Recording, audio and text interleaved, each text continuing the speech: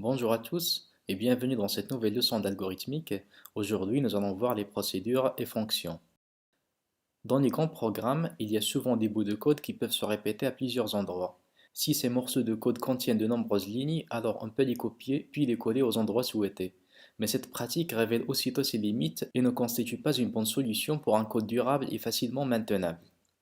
Pour mieux comprendre le principe, imaginons que l'on veut créer un algorithme qui demande à l'utilisateur de saisir ses informations personnelles, comme le nom, le prénom, l'adresse, etc.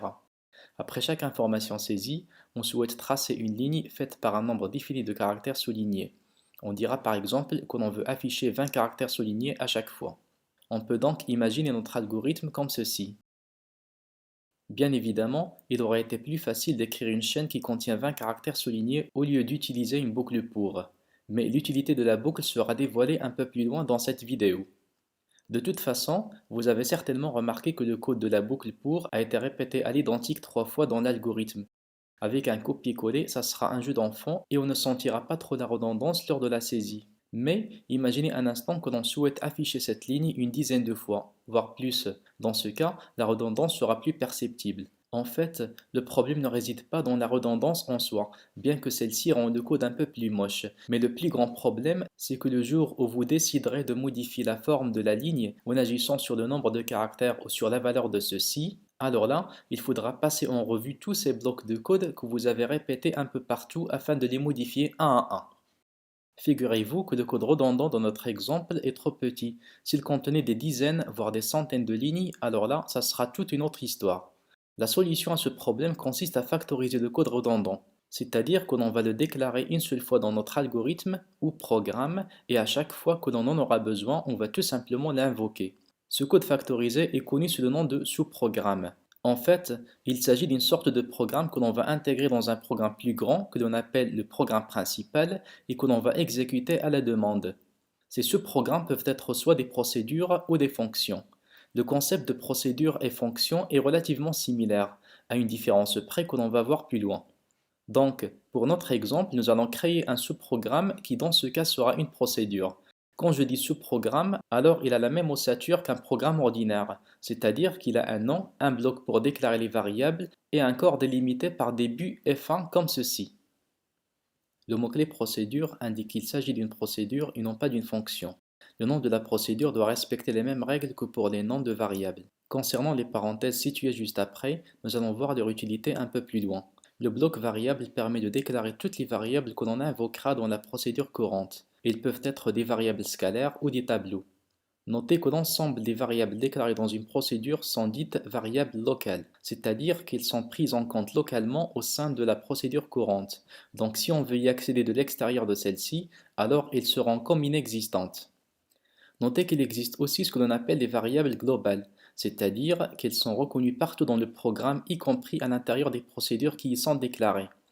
Le fait qu'une variable soit locale ou globale est connu en programmation par le terme portée de la variable. Et cette portée est gérée différemment d'un langage de programmation à un autre. Et pour faire simple, on va considérer que les variables déclarées dans nos procédures sont locales. À titre d'exemple, la procédure qui permet de dessiner la ligne de tout à l'heure sera déclarée de cette manière. Maintenant, afin d'exécuter cette procédure et afficher ainsi la ligne, nous allons simplement l'invoquer en déclarant son nom comme ceci. On dit alors qu'on a appelé la procédure. Celle-ci sera exécutée au moment de l'appel et affichera à l'écran nos 20 caractères soulignés. En algorithmique, on préfère souvent déclarer nos procédures entre la déclaration du nom de l'algorithme et le bloc consacré aux variables de celui-ci. Donc, notre algorithme qui permet à l'utilisateur de saisir ses informations personnelles sera fait de cette manière. Vous avez donc remarqué comment nous avons factorisé le code qui permet de tracer notre ligne dans une seule et unique procédure que l'on a appelée 3 fois dans le corps de l'algorithme. Désormais, si on souhaite modifier le comportement de notre procédure, il suffit d'agir sur son code dans un seul endroit.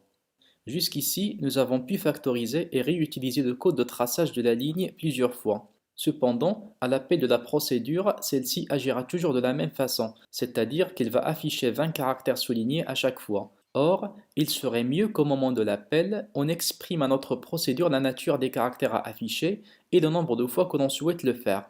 En procédant ainsi, on pourra changer son comportement sans toucher à son code. C'est là où nous aurons besoin des parenthèses qui suivent le nom de la procédure. Ces parenthèses permettent de renfermer les arguments. Ces derniers sont des variables qui seront utilisées au sein de la procédure, mais leurs valeurs sont spécifiées au moment de l'appel.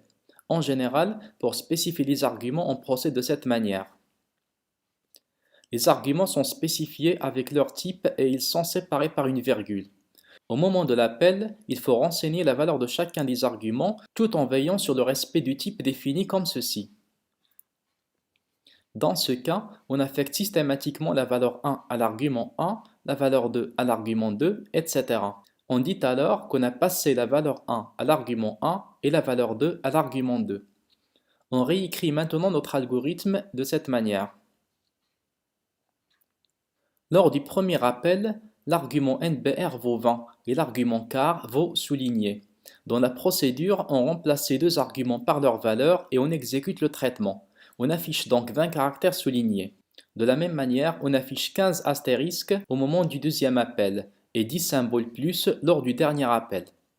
Vous avez donc vu qu'on a rendu notre procédure plus maniable en adoptant d'arguments. Elle peut donc agir différemment selon les valeurs qui sont passées à ceux-ci. Jusqu'ici, nous avons vu comment factoriser un code au sein d'une procédure et comment appeler celle-ci en lui passant ou non des arguments.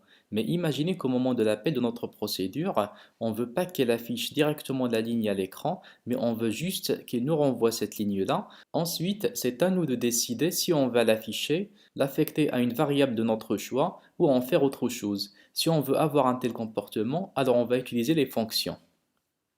Une fonction est un sous-programme qui peut aussi accepter des arguments et faire un traitement comme une procédure. Mais à la différence de celle-ci, la fonction ne renvoie un résultat. Dans le jargon de la programmation, on dit qu'elle retourne un résultat. En général, on représente une fonction de cette manière.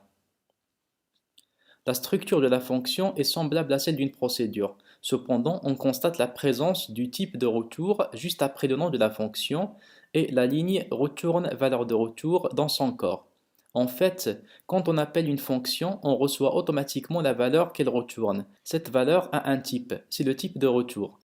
Pour mieux comprendre le principe, imaginez qu'on veut créer une fonction qui permet de calculer la factorielle d'un nombre entier positif. Mais au lieu d'afficher le résultat à l'écran, on veut récupérer ce résultat-là afin de l'inclure dans des opérations de calcul. On peut donc proposer la fonction suivante. Dans ce cas, quand notre fonction aura fini le traitement, elle retournera la variable r qui contient la factorielle du nombre passé en argument. Cette factorielle est un nombre entier, c'est pourquoi nous avons spécifié le type de retour de la fonction en tant qu'entier. Notez que dans ce cas aussi, les variables r et i sont considérées comme locales. Désormais, si on appelle notre fonction par l'instruction suivante, alors on aura calculé la factorielle de 3 qui vaut 6, mais rien ne sera affiché à l'écran, car nous n'avons rien fait de la valeur de retour qui est 6. Mais si on fait ça, dans ce cas, on affiche à l'écran le message la factorielle de 3 vaut 6. Sinon, on peut juste affecter le résultat de retour à une variable de notre choix ou l'inclure dans une opération arithmétique tout simplement. À titre d'exemple, le programme qui permet de calculer la combinaison de cas parmi n objets ressemblera à ceci. Vous avez sans doute compris l'avantage des fonctions dans cet exemple. Au lieu de calculer la factorielle de trois nombres différents 3 fois dans l'algorithme, nous n'avons déclaré qu'une seule et unique fonction qui se charge de nous retourner le résultat, en lui passant en argument le nombre dont on souhaite calculer la factorielle. Dans l'une des vidéos où nous avons vu les structures itératives, j'ai mentionné que pour répéter un traitement plusieurs fois, on peut également se servir de fonctions récursives. La récursivité est le fait d'appeler une fonction depuis son corps, c'est-à-dire que notre fonction s'appelle par elle-même, ce qui donne lieu à un traitement répétitif. Si cette récursivité ne prend pas fin, alors on tombe dans une sorte de boucle infinie exactement comme c'est le cas pour les structures itératives mal formulées. À titre d'exemple, la fonction qui permet de calculer la factorielle peut être exprimée ainsi. Notez qu'une fonction prend fin si elle retourne quelque chose. Dans ce cas, tant que NBR ne vaut pas 0, alors la fonction retourne le nombre multiplié par la factorielle de ce même nombre moins 1. À ce stade, on devrait quitter la fonction, mais celle-ci est rappelée d'une manière récursive et se réexécute une fois de plus jusqu'à ce que NBR vaut 0. Dans ce cas, elle renvoie 1 et la récursivité prend fin car aucun appel de la fonction n'est programmé. À la fin, on aura calculé NBR fois NBR-1 fois NBR-2 jusqu'à fois 1. J'espère que cette leçon vous a plu. Merci pour votre attention et à la vidéo prochaine.